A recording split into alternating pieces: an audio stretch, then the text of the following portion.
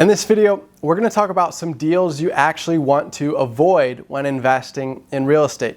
So again, preferences are going to vary by person. You can have your own preferences, your own risk levels you're willing to take, but these are examples of my risk levels, of my property types that I just flat out try to avoid to try to reduce my risk and help myself stay on a smarter path to investing. Because when you get into these risky types of properties, anything can go wrong. You can run into big expenses and it can really kill the deal and kill the profits and hurt you financially. So here's the types of properties I typically try to avoid that I consider to be high risk.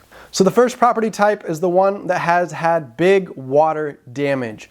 So we're talking like the basement was flooded where the walls were up, 4 or 5 feet of water in the basement, or maybe the roof had a bad leak and water just came in through the roof and wrecked a lot of the interior of the home. The reason I like to avoid the big water damage properties is because you don't know how severe that water damage actually was. It could have gotten all the way into like frying the electrical system, so now the electric needs completely redone. It could have major mold problems that start developing down the road as you're working on the home, and that could set you back even more money to have to remove all the mold that happens from all the water. There's other issues that water can cause, like rot. For example, things can start rotting out. You could start having structural problems. So big water damage homes are usually a no-no for me. Number two, a house that's got a big mold problem. Again, water typically then leads to mold creation. So if a home already has massive amounts of mold in it, that's going to be a pain to get rid of. It's going to cost thousands and thousands and thousands of dollars to hire a mold remediation company to come in and treat the mold. And it's just a health risk in general. I don't want to be in a property where I'm putting my health at risk. I'd rather focus on my health over making money and trying to avoid mold at all costs due to the damage it can do to your lungs and to your body. Property type number three, fire damage. Again, fire damage can cause things to go wrong with a property far beyond what you can see physically. So again, there could be structural issues. A lot of times you've got to completely tear out all the fire damage. You got to put a sealer on to try to seal off any of the damage so that you don't get the continuation of odor in the home. And then there's other risks as well, like all the unhealthiness of breathing in soot and the different matter that comes from the fire damage itself. So again, it's more of a health reason that I try to avoid fire damaged homes, but also you don't know what kind of expenses you're getting into when you think about having to replace anything that's been damaged and trying to cover up the smell and the odors and come up with a sealer. And the sealer is a chemical, so the chemical there isn't that healthy to be messing with. So there's a big health concern around fire damaged homes. Number four would be major structural problems. So I don't even like to get into dealing with a home that's going to have a structural problem because again, this could cause the entire house to be deemed unsafe by the government, and you could have to essentially tear the whole house down and start from scratch again. So anytime we start getting into structural issues, I pretty much just run away from the deal. Deal type number five, asbestos. This again is a toxic material that's unhealthy to be around and to expose yourself to. So if a property has a big asbestos problem that's too big to solve, I try to avoid that property. Number six, a property with a collapsed roof. Again, this is a structural issue where you've got to go in and completely tear off and redo the entire roof and all the structural parts of the roof, which can be very expensive to have to redo all of this. Secondly, if it's got a collapsed roof, this probably has led to extensive water damage into the home. So this again is going to cause you to have to worry about fixing other things that got ruined by the roof having the leak.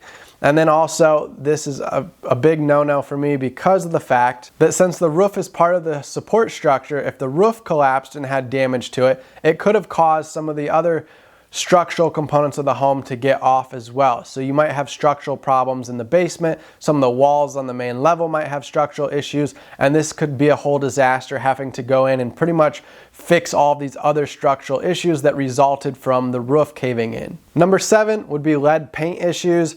So lead paint was pretty common before the 1970s. So a lot of homes that were built between 1977 and earlier are going to be deemed to have lead paint most likely. This usually isn't that big of a deal. A lot of homes have already painted over the lead paint with multiple layers. Now that still doesn't mean it's cured and gone. You can still chip away paint and get back to that level of base that has the lead. and there still could be some other things where it could, somehow contaminate through the wall if it's there.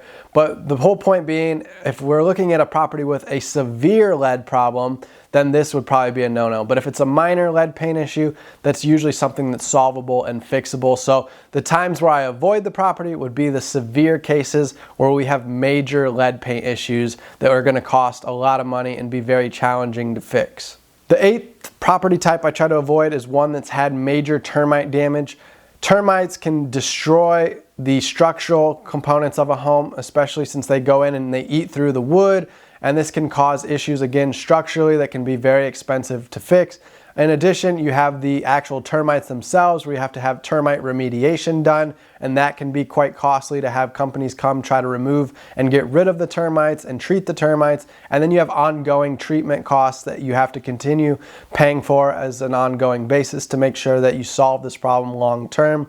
So again, this adds up to even more money. So if I'm trying to fix and flip a house or have a rental property, I don't want all these extra costs hurting my bottom line, impacting my profits. So I try to stay away from properties that have major termite issues. All right, and our ninth and final property type is one that's going to have aluminum wiring. Again, this is something to do with fire code, safety, hazards. I just try to stay away and avoid it altogether because I don't want to get into a situation where the aluminum wiring goes bad and we end up having a fire hazard or a safety hazard that could impact my tenants that are living in the home and then open me up to legal issues and lawsuits from people getting hurt in my property. And it can be quite expensive to have to remove the aluminum wiring and have all new wiring ran in a home. So again, this is an added cost I just don't want to deal with.